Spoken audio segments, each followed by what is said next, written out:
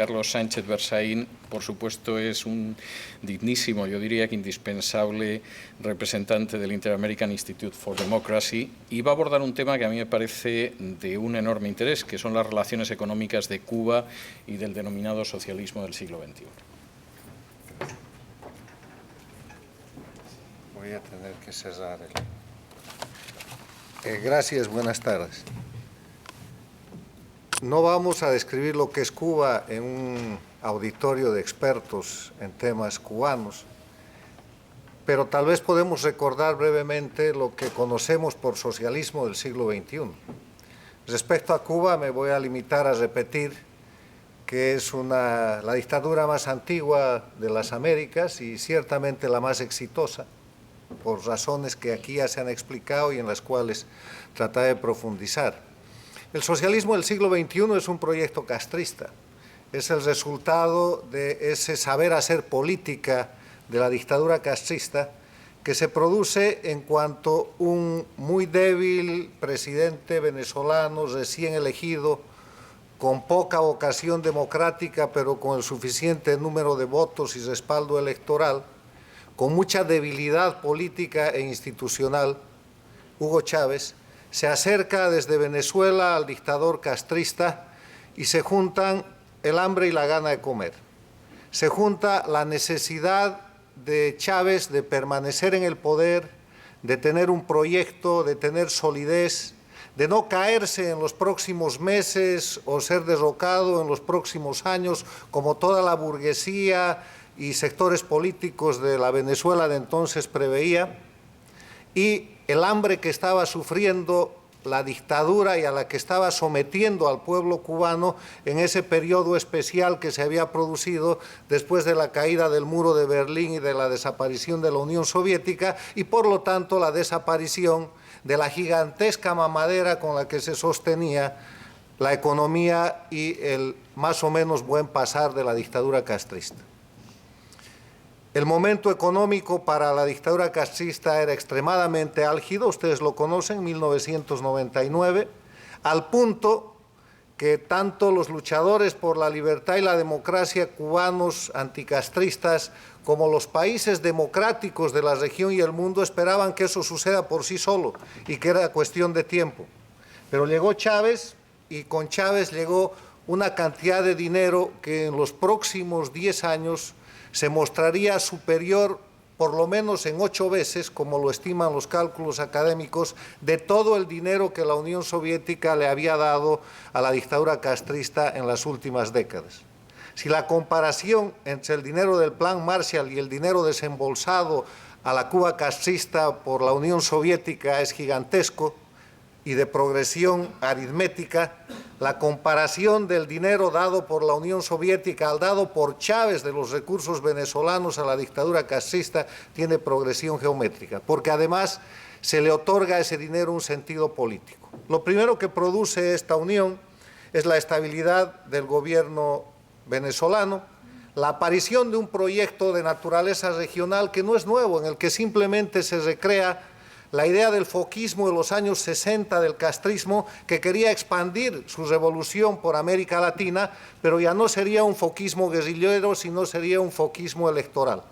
Iban a utilizar, como en efecto lo hicieron, los mecanismos de la democracia, el sistema electoral, los votos, la prebenda, la tecnología, el dinero de Chávez para ganar elecciones, desestabilizando previamente de manera armada, forzosa, o de otro tipo a los gobiernos democráticos de la región, y además aprovechando el extraordinario momento de crisis económica que se vivía en la América Latina a fines del siglo pasado y principios del año 2000-2001 por la bajísima cotización y el bajísimo precio de los commodities, de los minerales y del petróleo. En ese escenario aparece un proyecto regional y se empiezan a expandir la idea de una nueva forma de democracia en principio, una idea populista, un movimiento bolivariano, un proyecto ALBA, algo que termina concentrándose, tiene todas esas denominaciones, en lo que hoy se viene a llamar el socialismo del siglo XXI, que no es otra cosa que un refrito del proyecto comunista totalitario de la isla,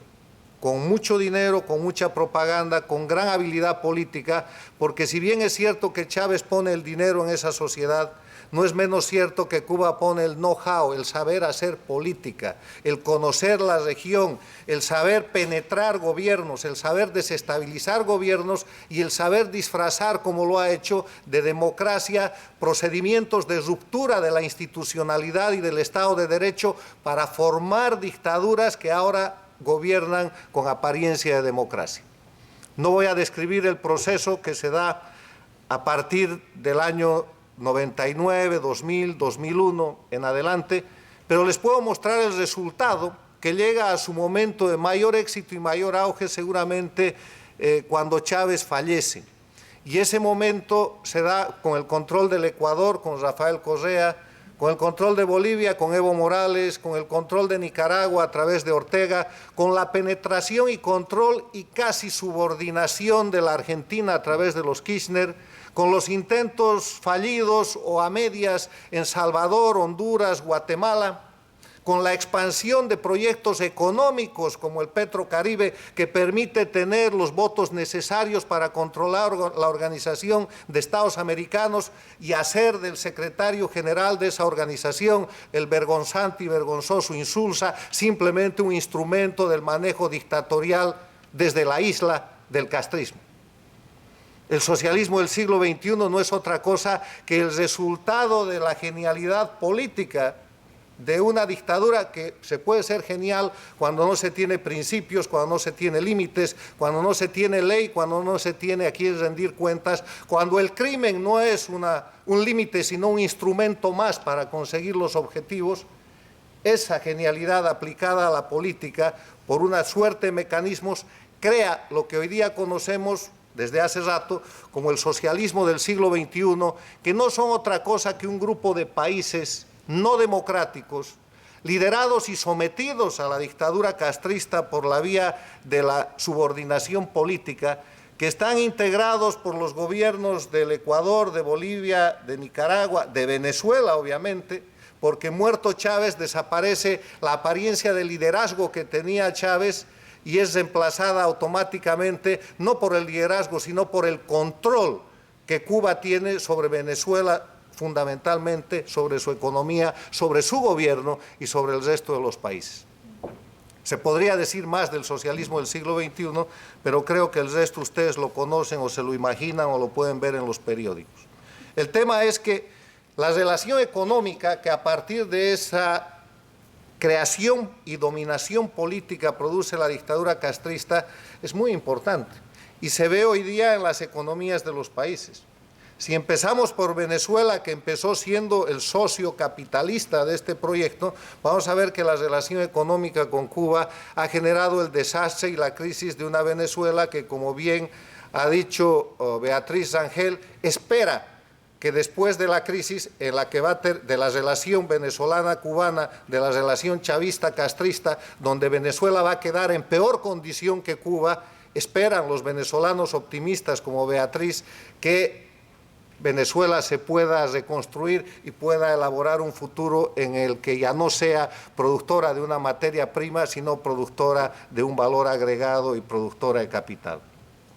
Pero en todo caso, la crisis económica de Venezuela se produce por el despilfarro de un dinero que no aprovecha Venezuela, que es aprovechado por la dictadura castrista directamente en el beneficio que obtiene para su situación económica e indirecta y primordialmente en el beneficio político que convierte al castrismo hoy en día y desde hace aproximadamente 5 años en el centro del liderazgo político de América Latina. ¿Quién es el líder político de América Latina? Está en La Habana. Y no reconocer eso es desconocer la realidad objetiva. Y si ese liderazgo político es tal, la consecuencia económica es simplemente la que voy a reflejar a través de unos ejemplos. No tengo que hablar del petróleo que le entrega Venezuela a Cuba y que Cuba, sin necesidad de que llegue a su territorio, reexporta para tener liquidez. no tengo que hablar del Petrocaribe, no tengo que hablar de la creación de la Comunidad de Estados Latinoamericanos y Caribeños, CELAC, que entre otras cosas le permite a la dictadura cubana y al dictador Raúl Castro utilizar oficialmente el rótulo de presidente y presidir esa comunidad y ser instituido como tal en una reunión nada menos que en Santiago de Chile, cuando gobernaba el gobernante de derecha, supuestamente el presidente Piñera. Habilidad política, genialidad en los resultados políticos a partir de la nada y con dinero ajeno. Venezuela a un lado, veamos lo que pasa simplemente a manera de ejemplo con los otros países, con Ecuador, con Bolivia, Nicaragua. Para eso, utilicemos un indicador que económicamente es muy sencillo y aunque disfrazado, fácil de encontrar, la balanza comercial. La balanza comercial es aquella que muestra la relación económica entre dos estados, entre dos sujetos del derecho internacional, en cuanto a lo que se venden y lo que se compran. Para empezar por mi país, Bolivia, Cuba nunca le podía haber vendido nada a Bolivia hasta que llegó Evo Morales al gobierno. Desde entonces, Bolivia tiene una cuenta nacional, oficial, y una cuenta reservada de millones de dólares que entrega mensualmente a la dictadura castrista. La cuenta oficial que se conoce muestra una balanza comercial absolutamente desproporcionada en la que Cuba le vende a Bolivia 35 millones de dólares y Bolivia le vende a Cuba 6 millones de dólares en la gestión 2013 con un déficit de 29 millones de dólares. Si se mira todo lo que es la gestión del año 2006 al año 2014, vamos a llegar a ver cómo a favor de Cuba, que es la que más le vende a Bolivia, hay una relación del 85% contra el 15%. ¿Y cómo logran esto los cubanos?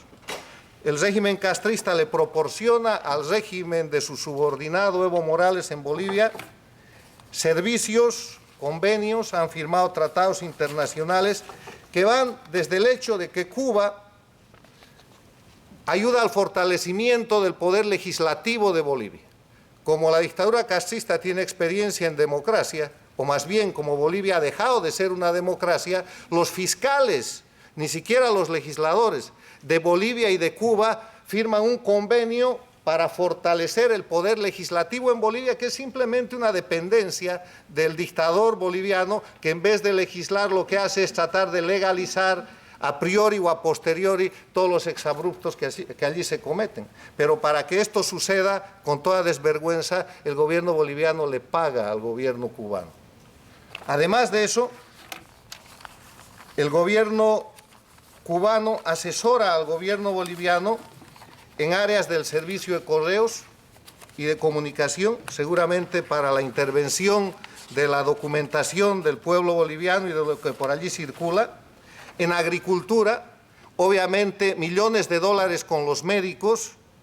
en materia de seguridad, de identificación, de educación, y en el tema de identificación han montado todo el sistema con el cual identifican a los ciudadanos bolivianos con dos propósitos: el fraude electoral que nace ahí y el control político de las personas. Millones de dólares que favorecen a una balanza comercial que es la cubana, que al año 2013 tenía 9.000 millones de dólares de déficit, pero no con los países a los cuales ha subordinado. Con el Ecuador pasa una cosa parecida. En el tema del Ecuador sucede que hay un esfuerzo extraordinario del gobierno de Correa por equilibrar esa balanza comercial. No voy a dar más datos, pero ustedes pueden ver en ProEcuador, el Instituto de Promoción y de Exportación e Inversiones del Ecuador, lo que es este desequilibrio en el cual lo que Cuba le provee, además de todo lo que le da al gobierno boliviano, capacidades en temas que no maneja, cuál es la experiencia en agricultura que tiene la dictadura cubana para asesorar al gobierno boliviano, o cuál es la experiencia que tiene, por ejemplo, Cuba para firmar un convenio para el desarrollo de la stevia en Bolivia, que es una azúcar alternativa que se produce con un arbusto de las zonas bolivianas. Mostrado todo esto, simplemente permítanme darles la conclusión de lo que son las relaciones económicas entre Cuba y el socialismo del siglo XXI. En primer lugar, se trata de relaciones de dependencia y de subordinación, impuestas por Cuba hacia países en los cuales ha logrado imponer lo que yo denomino el imperialismo castrista, que es un imperialismo surrealista, porque si vamos nosotros al concepto de imperialismo, que es la extensión del dominio de un país, en este caso Cuba, por medio de la fuerza, de la política o de la economía, en este caso la política, sobre Venezuela, Ecuador, Bolivia, Nicaragua, Argentina e incluso otros países, vamos a ver que hay imperialismo, pero hay surrealismo, porque estamos viendo al país más débil, al país más deficitario, al país menos viable,